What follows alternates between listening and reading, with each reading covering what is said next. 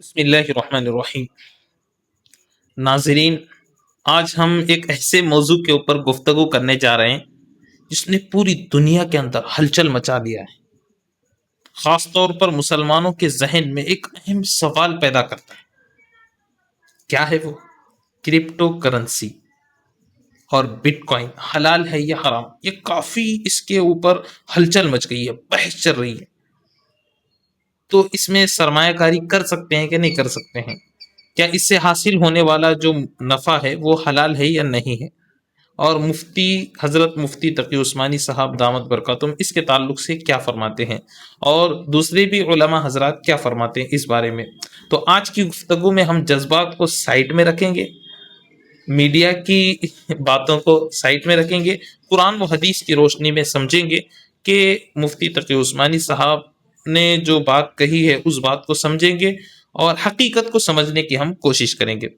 تو سب سے پہلے یہ بات ذہن میں رکھیں، آج کل کرپٹو کا جنون سوار ہوا ہے۔ آج اگر یوٹیوب، انسٹاگرام، فیس بک کھولے تو ہر طرف یہی سننے کو ملتا ہے، خریدو بٹ کوائن، خریدو 1 لاکھ لگاؤ 10 لاکھ کماؤ۔ یہ مستقبل کی کرنسی ہے، لیکن ایک مسلمان کا سوال یہ ہونا چاہیے، کیا ہر وہ چیز جس سے پیسہ آتا ہے وہ حلال بھی ہوتی ہے؟ یہ غور کرنے والی چیز ہے۔ سود سے بھی پیسہ آتا ہے بھائی، جوئے سے بھی پیسہ آتا ہے، دھوکے سے بھی پیسہ آتا ہے، کیا یہ حلال ہوگا؟ نہیں۔ لیکن اسلام پہلے یہ دیکھتا ہے کہ کمائی کا ذریعہ کیا ہے، کمائی کا ذریعہ کیا ہے۔ تو اب کرپٹو کرنسی سادہ الفاظ میں کیا ہے اس کو سمجھتے ہیں۔ دیکھیے، یہ ایک ڈیجیٹل ایسٹ ہے، بلاک چین ٹیکنالوجی پر یہ چلتا ہے، یعنی اس کا حقیقت سے کوئی تعلق نہیں ہے، حقیقت میں اس کا وجود نہیں ہے۔ خارجی اعتبار سے یہ صرف موبائل کے اندر چلتا ہے، ڈیجیٹل اعتبار سے چلے گا، خارج کے اندر اور ایسٹ کے طور پہ یہ موجود نہیں ہے۔ اس کا کوئی کاغذی نوٹ موجود نہیں ہے، کوئی سکہ نہیں ہے، اور کوئی مرکزی بینک سے اس کا کوئی تعلق نہیں ہے، اس نے کسی بینک نے بھی اس کو جاری نہیں کیا ہے۔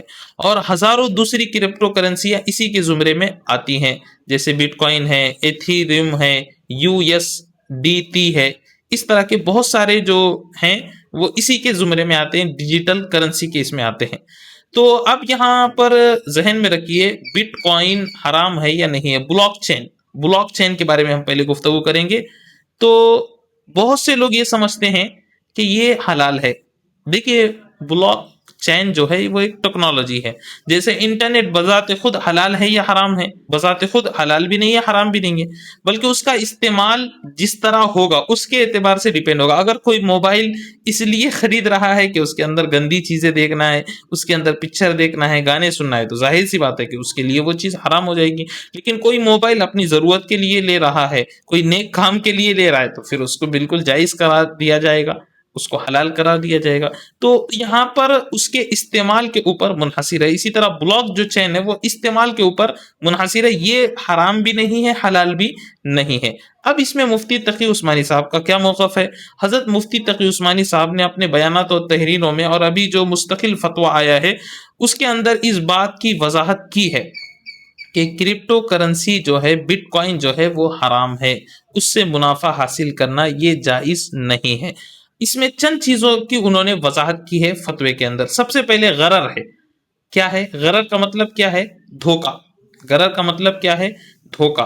اور غرر صرف معمولی غرر نہیں ہے، بلکہ اتنا زیادہ غرر ہے جس کی کوئی انتہا نہیں۔ اور حدیث میں، صحیح مسلم کی حدیث ہے جس میں آپ صلی اللہ علیہ وسلم نے غرر والے معاملے سے منع فرمایا ہے، دھوکے والے معاملے سے منع فرمایا ہے۔ کرپٹو کی قیمت کبھی ایسا ہوتا ہے کہ بہت زیادہ اوپر چلی جاتی ہے، اور کبھی ایسا ہوتا ہے کہ بہت زیادہ نیچے چلی جاتی ہے۔ گھنٹوں کے اندر یہ تبدیلی ہوتی ہے، گھنٹوں کے اندر۔ تو اس کے اندر بہت خطرناک دھوکا ہے، غرر اس کے اندر شدید ہے۔ تو یہ غیر یقینی صورت فقہی اعتبار سے بہت زیادہ اشکال پیدا کرتی ہے، سوالات پیدا کرتی ہے۔ اب دوسرے، اس کے اندر سٹے بازی پائی جاتی ہے۔ کیا مطلب؟ بہت سے لوگ کرپٹو کو بطور ادائیگی استعمال نہیں کرتے، یعنی پیمنٹ کے طور پہ استعمال نہیں کرتے، بلکہ صرف قیمت بڑھنے کی امید پر پیسے لگاتے ہیں۔ خریدتے ہیں، اور یہ طرز عمل بعض صورتوں میں جوا بن جاتا ہے، سٹے بازی بن جاتی ہے، کیونکہ نیت اس کی یہی ہے کہ بھئی پیسے اس کے ذریعے سے کمانا ہے، یعنی پیسے بڑھیں گے یہی امید سے وہ لگاتا ہے۔ تو یہ قمار اور سٹے بازی کی صورت ہے۔ قمار اور سٹے بازی میں بھی ایسا ہوتا ہے کہ اس میں پیسے لگائے جاتے ہیں اور ڈبل ٹبل یا چوبل اس کے پیسے آ جاتے ہیں، یا پھر پورے پیسے چلے جاتے ہیں۔ کرپٹو میں بھی ایسا ہی ہے، گھنٹوں میں یا تو مالدار ہوگا یا پھر زیرو پہ اکاؤنٹ پہ آ جائے گا۔ چنانچہ بہت سارے کرپٹو کرنسی کے بارے میں نے سنا کہ ایک دن اس کی قیمت لاکھوں کروڑوں میں گئی، اور پھر ایک وقت ایسا ہے کہ اب وہ زیرو کے اندر چلا گیا، اس کی کوئی حیثیت موجود نہیں ہے۔ تیسری جو چیز ہے، مال ہونے میں سوال ہے، کیونکہ فقہ اسلامی میں مال ہونے کے کچھ شرائط ہیں، اور بعض علماء کے نزدیک موجودہ جو کرپٹو کرنسی ہے، بلکہ اکثر علماء کے نزدیک کرپٹو جو کرنسی ہے وہ مال کے اس میں آتا ہی نہیں، کیونکہ بیچنے کے لیے مال ہونا چاہیے، خریدنے کے لیے مال ہونا چاہیے، مال ہی موجود نہیں ہے تو اس کو کیا بیچا جائے گا، کیا خریدا جائے گا، کیا بیچا جائے گا، کیا خریدا جائے گا؟ اس لیے بہت سارے علماء کرام، اکثر علماء کرام کرپٹو کو، بٹ کوائن کو یہ مال تصور نہیں کرتے ہیں، اور فقہ اسلامی کے اعتبار سے یہ مال ہو بھی نہیں سکتا۔ اور چوتھی صورت اس کے اندر ہے قانونی ضمانت کا مسئلہ، یعنی زیادہ تر کرپٹو کرنسیاں کسی ریاست اور مرکزی بینک کی ضمانت کے تحت جاری نہیں ہوتی، یعنی کہ کسی بینک سے اس کا تعلق نہیں ہوتا، اور کسی بینک سے وہ سرٹیفکیٹ نہیں ملتا کہ بھئی یہ ہمارے پاس آئے تو چل جائے گا یا ہم اس کی ضمانت لیتے ہیں، ایسا نہیں ہے۔ جب بینک بھی اس سے ہاتھ اٹھا رہی ہے تو سمجھنا چاہیے کہ یہ کافی خطرناک اور دھوکے والی چیز ہے، یہ منٹوں میں برباد کر سکتی ہے، منٹوں کے اندر اوپر بھی لے جا سکتی ہے، لہذا جو ہے اس کو علماء نے ناجائز قرار دیا ہے۔ خصوصی طور پر مفتی تقی عثمانی صاحب کا اس کے اوپر فتویٰ موجود ہے کہ یہ حرام ہے، اس میں پیسہ انویسٹ کرنا اور اس سے نفع حاصل کرنا جائز نہیں ہے۔ اب یہاں پر اعتراض جو کیا جاتا ہے اس کی تھوڑا وضاحت کریں گے۔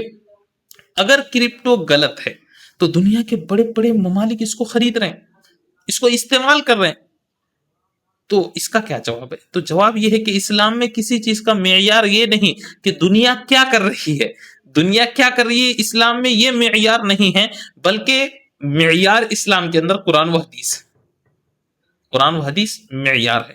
دوسرا یہ ہے کہ میں نے تو کرپٹو سے لاکھوں روپئے کما، ایسے بھی کافی چیزیں سننے میں آتی ہے، تو ذہن میں رکھیے اس کا جواب کیا ہے۔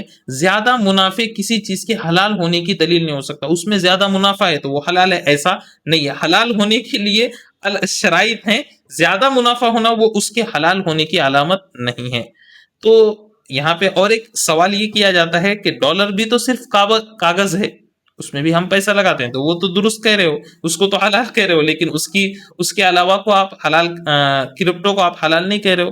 تو دیکھیے ڈالر کو ریاست کی قانونی حیثیت اور قبولیت حاصل ہے، جبکہ کرپٹو کی صورتیں مختلف ہیں اور ہر کرپٹو ایک جیسی نہیں ہوتی ہے۔ تو اب خلاصہ کیا نکلا؟ قرآن و حدیث کی ایک آیت یہاں پر پیش کی جا رہی ہے۔ اللہ نے قرآن مجید میں ارشاد فرمایا ہے وَأَحَلَّ اللَّهُ الْبَيْعَ وَحَرَّمَ الرِّبَا، سورہ بقرہ 275 نمبر کی آیت۔ اللہ نے تجارت کو حلال قرار دیا اور سود کو حرام قرار دیا، اور صحیح مسلم کی حدیث ہے رسول اللہ صلی اللہ علیہ وسلم نے غرر والی خرید و فروخت سے منع فرمایا ہے، اور ایک صحیح بخاری کی حدیث ہے جو شخص مشتبہ چیزوں سے بچ گیا اس نے اپنے دین اور عزت کو محفوظ کر لیا۔ یہ صحیح بخاری کی بھی حدیث ہے، صحیح مسلم کی بھی حدیث ہے۔ اب یہاں پر خصوصی طور پہ ایک بات یہ ہے، یہ بھی واضح رہے کہ اس مسئلے میں تمام علماء کی ایک رائے نہیں ہے، یعنی سب جو ہے اس کے حرام ہونے کا فتویٰ نہیں دیتے ہیں۔ البتہ جو اس میں بنیادی طور پر جو اس تعلق سے مفتی تقی عثمانی صاحب ہیں، اسی طرح دارالعلوم دیوبند کا فتویٰ ہے، کراچی کا فتویٰ ہے، فتویٰ بن نوریہ ہے، اور اسی طرح بہت اکثر علماء کی رائے اس کے حرام ہونے کی ہے۔ البتہ کچھ علماء اس کو مال تصور کرتے ہیں اور کچھ شرائط کے ساتھ اس کی اجازت، شرائط کے ساتھ کچھ علماء اس کو شرائط کے ساتھ اجازت دیتے ہیں۔ بہرحال وہ شرائط کا پایا جانا عام طور پہ کافی مشکل ہوتا ہے، اور ان شرائط کو سمجھنا بھی کافی مشکل ہوتا ہے ایک عام مسلمان کے لیے، کیونکہ وہ شرائط جو ہوتے ہیں وہ کافی ہائی لیول کے ہیں، اس لیے تھوڑا اس میں کنفیوژن کا شکار ہو جاتا ہے ایک عام مسلمان۔ اس لیے جو ہے ہر مسلمان کو چاہیے کہ اپنے معتبر مفتی یا دارالافتاء سے رہنمائی کرے، حاصل کرے اور اس کے مطابق عمل کریں۔ اب میرے عزیز بھائیوں، دنیا کی دولت ختم ہو جائے گی، لیکن حلال رزق کی جو برکت ہے اور آخرت کی جو کامیابی ہے ہمیشہ باقی رہے گی۔ اس لیے ہر کاروبار کرنے سے پہلے یہ ضرور سوچیں، پیسے انویسٹ کرنے سے پہلے ضرور یہ سوچیں کہ یہ صرف فائدے مند ہے یا اللہ تعالیٰ کے نزدیک بھی جائز ہے، یعنی اسلام میں بھی وہ چائز ہونا چاہیے، صرف فائدہ ہونا، پیسے زیادہ ملنا یہ کافی نہیں ہے۔ اللہ تعالی ہمیں حلال رزق عطا فرمائے، حرام اور مشتبہ چیزوں سے حفاظت فرمائے، اور ہمیں قرآن و سنت کے مطابق زندگی گزارنے کی توفیق عطا فرمائے۔ السلام علیکم ورحمۃ اللہ وبرکاتہ۔ اگر کسی کو کوئی سوال ہو تو بالکل آپ کمنٹ کے اندر کر سکتے ہیں، انشاءاللہ ہم جواب دینے کی کوشش کریں گے۔ جزاک اللہ۔